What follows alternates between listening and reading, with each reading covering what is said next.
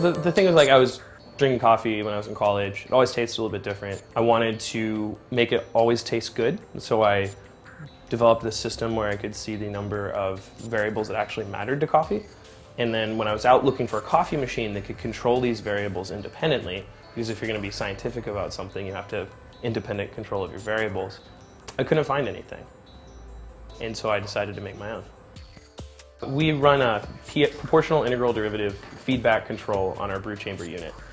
So it's basically a fancy way of saying that we measure the temperature of the coffee while it brews, and we use heating elements to correct that temperature to be whatever it is that you've set it to be. So we can control temperature to be a perfectly flat line. We can do various temperature profiles as well for dynamic control of temperature. This is the first machine really capable of doing what it does. And so we're just now discovering what happens to coffee when you have this level of control. And temperature is extremely important for extracting the proper flavor from coffee. Every machine will be connected to the internet, so you can download the perfect brew recipe through our cloud service. We're having a web application that we're writing right now, so you can access your machine through our web app.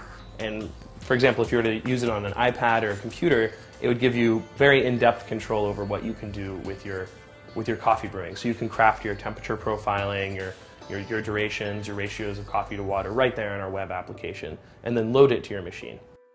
So this is our Dev2 prototype. It functions similarly to our final product that's going to be delivered in the spring, but looks quite different. So we have a user interface here with a knob that you twist to make a selection and click to confirm. And you can store preset brew recipes in there. 200 Fahrenheit, 8 ounces of water, and that 70-second brew duration. When I press to begin, get started, I was taking that exact 8 ounces of water out of the reservoir and moving into the boiler using a water pump. Once it's inside of that boiler, we're going to run a PID feedback control on it. So there's an Arduino Mega microcontroller over here, and the Arduino Mega is what is doing the processing for this all of this to occur.